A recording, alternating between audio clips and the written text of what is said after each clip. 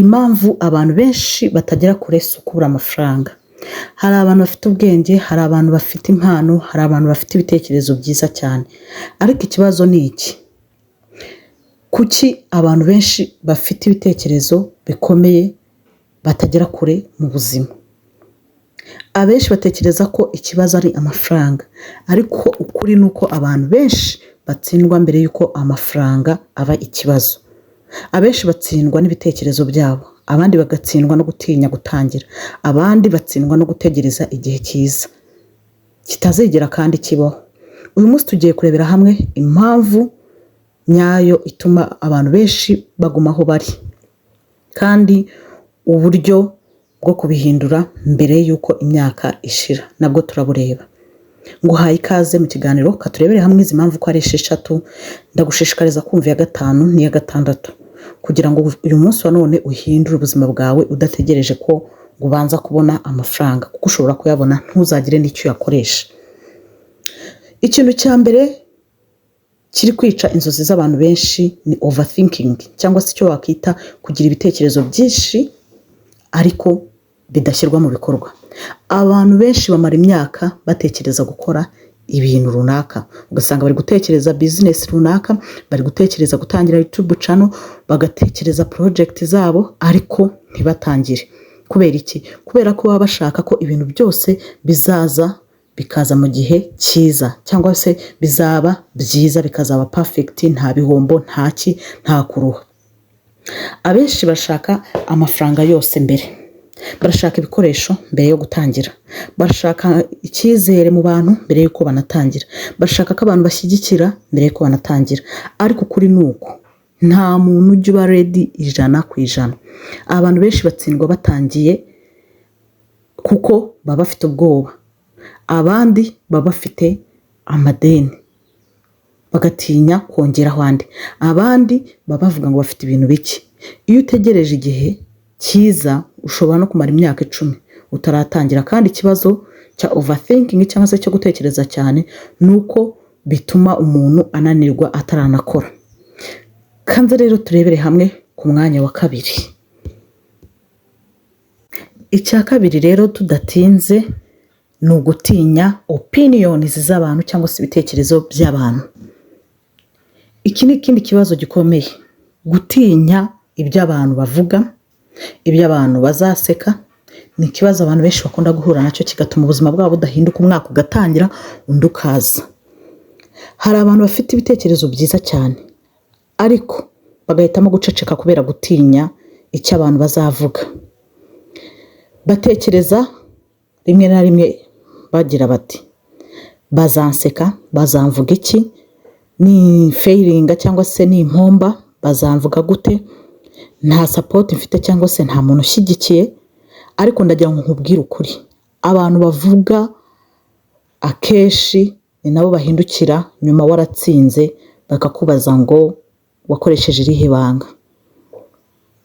Kuko uko byagenda kose iyo utangiye baravuga, iyo utangiye gukora ikintu runaka baravuga, iyo utsinze ko wageze ku mahirwe yawe baravuga bati wakoresheje irihe banga.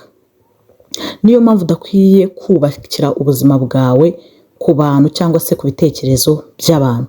Abantu benshi bafite inzozi zapfuye kubera ibitekerezo by'abandi, kandi ikibabaje ni uko bamwe bavuga ibyo badashobora no gukora ubwabo. Reka turebe rero ku mwanya wa 3 tudatinze, gukunda comfort zone cyangwa se gukunda ubuzima bworoshye. Hari abantu benshi bafite inzozi nini ariko bakunda comfort cyane, cyangwa se ibintu byoroshye. Barashaka gutsinda ariko ntibashaka guhaguruka ngo bakore. Barashaka amafaranga ariko ntibashaka guhaguruka ngo bakore cyane. Barashaka ubuzima bwiza ariko ntibashaka gufata risk. Ukuri ni uku rero, kwaguka cyangwa se gutera imbere biza umuntu yavuye mu kunyurwa ngo ashake kurya yiyicariye cyangwa se ubuzima butamugoye.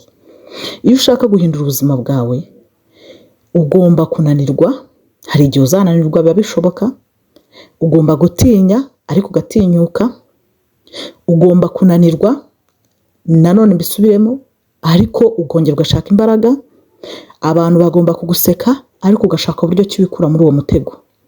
Ibyo byose ni pati y'urugendo cyangwa se ni ibigize urugendo. Ntushobora kugira future idasanzwe cyangwa se ejo hazaza hadasanzwe ukomeza gukora ibi bintu bisanzwe buri munsi byoroshye, kangiye ninjye gukorera magana angahe pfa kuba nariye nta kibazo. Oya, ntabwo ushobora kugira ejo hazaza hazima. Igice cya kane rero, gutegereza motivation cyangwa se gushyigikirwa, kuko encourage, kukubwira ngo rwose akira tugufashe. Iki ni ikibazo abantu benshi badakunze kuvuga. Abantu benshi bategereza motivation kugira ngo bakore. Akenshi baba bagira bati nzatangira numva mfite morale, nzatangira ejo, nzatangira igihe numva ameze neza. Ariko abantu batsinda ntabwo bategereza motivation, ntabwo bategereza ibihe byiza, ntabwo bategereza kuzakora ejo, bakoresha discipline. Hari iminsi uzumva udashaka gukora, hari iminsi uzaba wumva unaniwe, hari iminsi uzaba ushaka kubireka, ariko discipline niyo itandukanya winners n'abandi, cyangwa se utsinda cyangwa se abatsinda n'abatsindwa. Small action every day niyo yubaka success. Igikorwa kimwe cyoroshye buri munsi iyo ugikora nicyo gituma umwaka urangira hari impinduka ufite. Ku mwanya wa 5, gushaka ibisubizo byihuse. Abantu benshi bareka gukora ibintu bizabagira umumaro kubera kuba impatience, kutashaka kwihangana. Batangira business nyuma y'umunsi umwe, nyuma y'ukwezi bakavuga bati nibirimo gukora yewe ntago byakunda. Abenshi batangira za YouTube nyuma ya video 5 bakarekeraho. Ariko ikibazo nuko abantu benshi bashaka result zihuse cyangwa se ibisubizo byihuse. Gutsinda kwabo ntibifata igihe. Hari ibintu ugomba kubanza kwiga. Menya neza ko gutsinda ari ukwiga. Ni ugukora amakosa, ikindi ni ugukura, ikindi ni ukubaka audience cyangwa se abakiriya cyangwa se abagushyigikiye, ikindi ni ukubona experience. Abantu benshi barekera mbere yuko ibi bintu byabo byari bigiye guhinduka. Consistency niyo secret abantu benshi birengagiza. Guhozaho. Niba utangiye YouTube, upload even if nubwo ya video yawe yaburebwa n'umuntu umwe, shyiraho. Niba utangiye business, hamagara abakiriya wicogora, kuko guhozaho niryo banga ryo gutsinda. Ku mwanya wa 6 rero tugiye no gusoza, kugereranya ubuzima bwabo n'abandi. Social media iri kwica confidence z'abantu benshi. Umuntu areba ubuzima bw'abandi online akumva yatinze, akumva abandi bose bageze kure. Ariko ibyo ubona online ntabwo buri gihe ari reality, ntabwo ari ukuri. Abantu bagaragara nk'abakire ariko bafite stress nyinshi. Hari abantu bagaragara nk'abatsinze ariko bafite amadeni, nta kintu na kimwe bafite. Iyo uhora ugereranya ubuzima bwawe n'ubw'abandi, utakaza peace, utakaza focus, utakaza confidence. Reka mbisobanure. Utakaza amahoro, utakaza gukomeza ku kintu wagombaga gukora cyangwa kugikomeraho, ndetse ukanatakaza ibyiringiro cyangwa se imbaraga zo gukora cya kintu. Focus on your own journey. Gerageza uko utumbere cyangwa se ugira intumbero irebana n'urugendo rwawe kurutwareba abandi ibyo bakora. Buri muntu afite igihe cye. Niba ushaka kugera kure mu buzima, hari ibintu ugomba gukora. Hagarika kugira ibitekerezo byinshi ariko udashyira mu bikorwa. Tangira ibyo ufite. Irengagiza cyangwa se wivanemo burundu cyangwa se witandukanye n'ibitekerezo by'abantu biguca intege.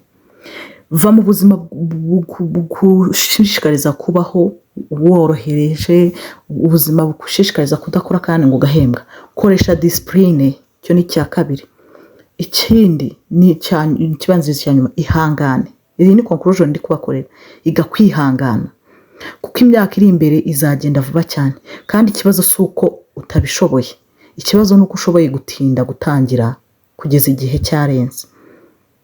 Niba iyi video igufashije, kora subscribe kuri iyi channel, ukore like, usharinge video yacu, kandi uyisangize umuntu utekereza ko ari gutinya gutangira ubuzima bwe bw'ejo hazaza butazangirika. Remember this, cyangwa se jya wibuka ibi. Ntugomba kuba great kugira ngo utangire, ntugomba kuba ufite byose kugira ngo utangire. ariko ugomba gutangira kugira ngo uzabe great, ugomba gutangira kugira ngo uzabe ufite byose. Ndabakunda, yari Mbabazi nk'ibisanzwe, naho gutaha mu bindi biganiro n'izindi video nk'izi.